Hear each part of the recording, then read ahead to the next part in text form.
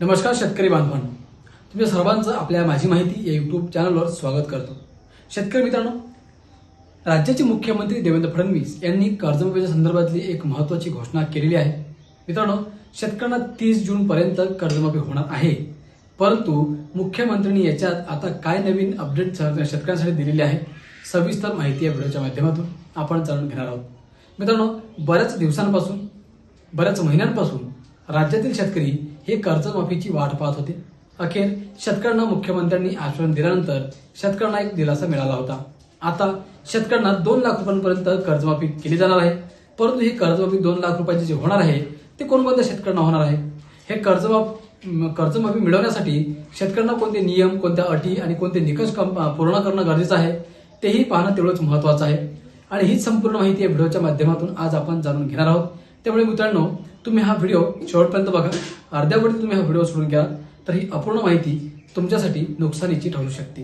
त्यामुळे पुन्हा एकदा विनंती करतो, हा व्हिडिओ तुम्ही पूर्ण बघा आणि आपल्या माझी माहिती यूट्यूब चॅनलला तुम्ही अजूनही सबस्क्राईब केलं नसेल तर लवकरात लवकर सबस्क्राईब करून घ्या, कारण शेतीविषयक प्रत्येक महत्त्वपूर्ण सरकारी योजनांबद्दलची प्रत्येक महत्त्वपूर्ण आणि विश्वसनीय माहिती तुम्हाला सर्वात आधी आपल्या याच यूट्यूब चॅनलवरती पाहायला मिळणार आहे।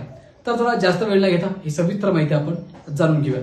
शेतकरी मित्रांनो बघा, राज्यातील शेतकऱ्यांसाठी एक महत्त्वाची घोषणा करत मुख्यमंत्री देवेंद्र फडणवीस यांनी 30 जून पूर्वी कर्जमाफी जाहीर करण्याचं स्पष्ट केलं होतं। राज्य सरकारची कर्जमाफी प्रक्रिया अंतिम टप्प्यात असून कॅबिनेट उपसमितीची बैठक ही पार पडलेली आहे। काही जिल्ह्यांकडून अतिरिक्त तांत्रिक माहिती मागवण्यात आली असून ती प्राप्त प्रक्रिया पूर्ण करून कर्जमाफीची घोषणा करण्यात येईल असेही त्यांनी सांगितले।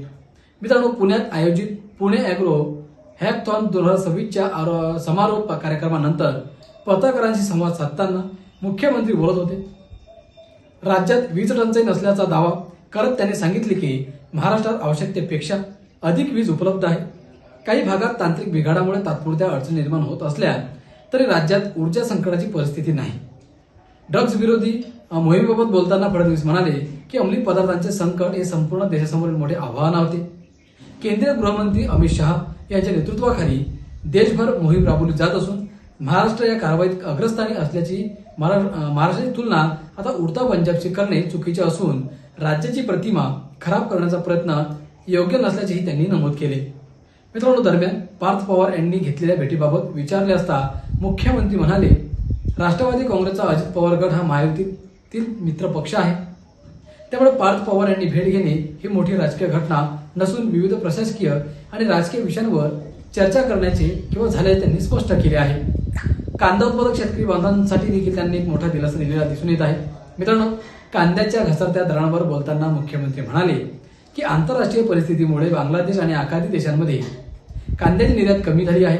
उत्पादन वाढले असताना मागणी घटल्याने बाजारभाव कमी झाले आहेत। यावर उपाय म्हणून केंद्र सरकारने 12.5 रुपये प्रति किलो दराने कांदा खरेदी सुरू केली असून त्यामुळे शेतकऱ्यांना काही प्रमाणात दिलासा मिळेल असा विश्वास त्यांनी व्यक्त केला। मित्रांनो,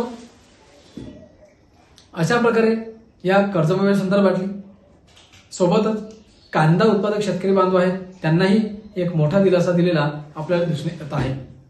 तुमचे काही प्रश्न असतील नक्कीच या व्हिडिओच्या माध्यमातून सुटले असतील किंवा तुमचं आणखी काही म्हणणं असेल कमेंट आपल्या कर्जमाफी संदर्भात तर तुम्ही कमेंट बॉक्समध्ये नक्की सांगा।